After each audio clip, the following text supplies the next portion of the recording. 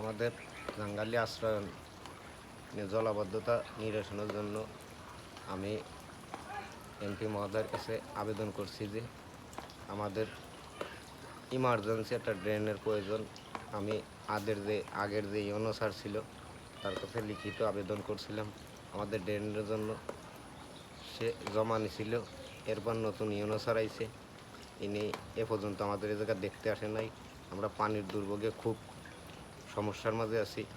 জলাবদ্ধতা বেড়েই থাকে, বৃষ্টি নামলেই জলাবদ্ধতা হয়ে যায়। আমাদের পুকুর পাশে যদি একটা ড্রেন দিত, আমাদের ওই পাশে মাথায় ড্রেন আছে, পুকুর পাড়ে দিয়ে পুরো রাস্তার কোল দিয়ে ড্রেন দিলে পরে আমাদের মেলা সুবিধা পেতাম। মশা মাছির জন্য খুব ঝামেলা, পানির জন্য খুব আমরা চলতে পারি না, বাচ্চা কাচ্চা নিয়ে রান্না বাড়া করে খেতে পারি না, পানি উঠে যায়।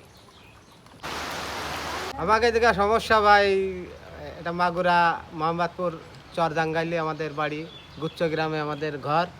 তা এখানে যে পানি হলে, একটু বৃষ্টি হলে এই পানিতে আমরা 3-4 দিন ঘরে তো বেরোতে পারি না। এই অবস্থা, কি খাবো কি করব, কাজে বাজে যেতে পারি না। পানি যাওয়ার কোনো লাইন টাইন নাই। এই পানি যে কোথায় যাবে, এই 4-5 দিন এই পানি থাকে এইভাবে। আমাদের ঘরের থেকে বাচ্চা কাচ্চা বেরোতে পারে না, নানান সমস্যা আছে ভাই। আমার ইউনো স্যারের কাছে আমার দাবি যে আমাদের এই পানিটা যদি একটু ড্রেনের ব্যবস্থা করে দিত, তাহলে আমরা মানে মানে খুশি হতাম।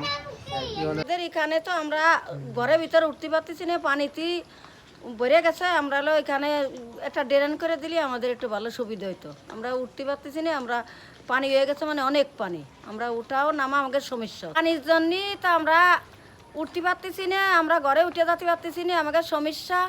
আমাদের একটু ড্রেন করে এই পাশটা একটু অল্প করে একটু ড্রেন করে দিলে আমরা একটু বাঁচতে পারবো না। এইটুকু হলো আমাদের একটু আপনাদের কাছে আমাদের অনুরোধ।